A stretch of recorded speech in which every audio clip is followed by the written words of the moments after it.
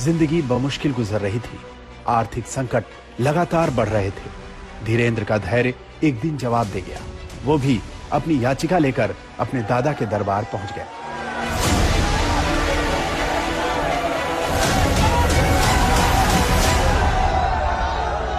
हमारे पिताजी कुछ करते नहीं थे। भूख की स्थिति में दादा गुरुजी का फक्कड़पन था। वो परिवार से नाता तोड़ा, मतलब तोड़ा। तो उन्हें मतलब नहीं आप जी रहे कि मर रहे। उनके पास तो अगर याचक अर्जी करता बन के जाओगे तो वो अर्जी उठा के बालाजी के पास रख देंगे। ये नहीं कि ये हमारा सगा नाती है, ये हमारा सगा पुत्र, तो इस पर ज्यादा कृपा हो जाए। हम भी गए सबकी भांति।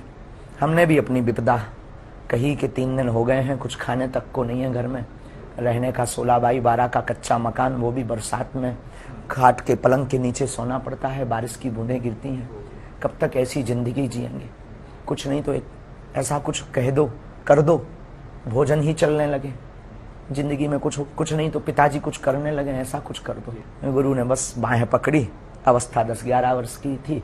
और बाहें पकड़ करके बोले तू मुझसे मत जुड़। और सीधा बागेश्वर बालाजी से जोड़ दिया। 2010 में दादा का निधन हो गया तो अचानक बाल धीरेंद्र की दुनिया ही उजड़ गई। लेकिन गुरु तब तक अपना काम कर चुका था।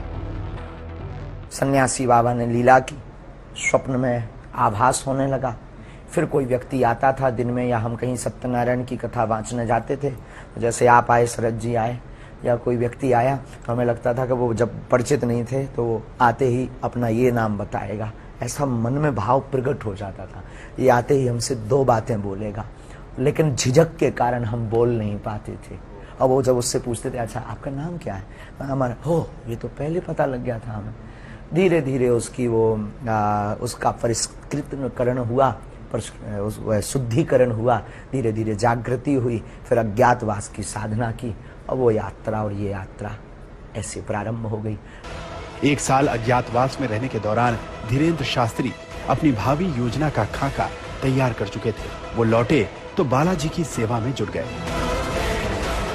9-10 साल की अवस्था से ही हमने बालाजी की सेवा की। जब बच्चे खेलना सीखते थे तब से हमने हनुमान चालीसा का पाठ, और गुरु ने जो विधान बताया वो मीडिया पर बताने का विषय नहीं है, वो अनुभव का विषय है। कभी आप आइएगा तो उसको हम आपको बताएंगे कि हमने क्या क्या अपने जीवन में मुश्किलों को सहा, कितना हनुमान चालीसा का पाठ किया, रातों भर हनुमान जी के चरणों में बैठकर रोए हैं, रातों भर हवन किया है। उसका ही ये परिणाम है जो आज सनातन संस्कृति का झंडा जगह जगह गाड़ा जा रहा है। धीरेंद्र शास्त्री ने खुद को बाबा बनाने के लिए तैयार किया।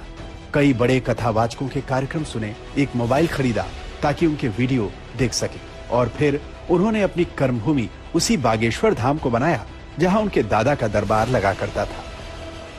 धीरेंद्र शास्त्री ने दादा के अंदाज में ही दरबार लगाना शुरू किया, पर्ची निकालना शुरू किया। क्या नाम? रूबी देवी। रूबी देवी। अच्छा, यहाँ किसी को बताया था? चलो पढ़ो।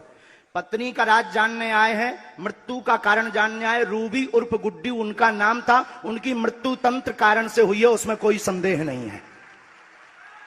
माइक से बोलिए, यही पर्चा बोल रहा? जी जी। यही पूछने आए? शरीर नीला पड़ गया था इनका? बस बस बस, रोइए मत। शरीर नीला पड़ गया था। आस्था, धर्म, चमत्कार और भावनाओं के कॉकटेल ने धीरेंद्र शास्त्री का दरबार जमा दिया। वो चंद वर्षों में पंडित धीरेंद्र शास्त्री से बाबा बागेश्वर सरकार कहलाने लगे।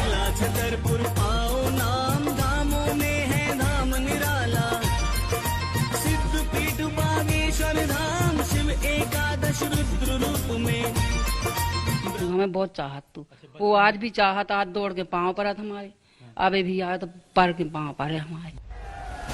धीरेंद्र शास्त्री की उम्र अभी सिर्फ 26 साल है। उनकी मंजिल क्या है ये अभी उन्हें भी नहीं पता। हाँ, जिंदगी अपने खेल खूब दिखाती है, इसका एहसास उन्हें जरूर है। जीवन के खेल सबकी समझ नहीं आ सकता। कब क्या कर दें, गुरु कब कृपा कैसी कर दें, कह नहीं सकते यार। मतलब यहाँ हम अपने जीवन में ये जो भी है हमारे लिए सबसे बड़े चमत्कार है। खाना पीना, भोजन, रहन सहन, सब चमत्कार से बड़े। कोई किसी का नहीं होता जगत में। आज तक ब्यूरो।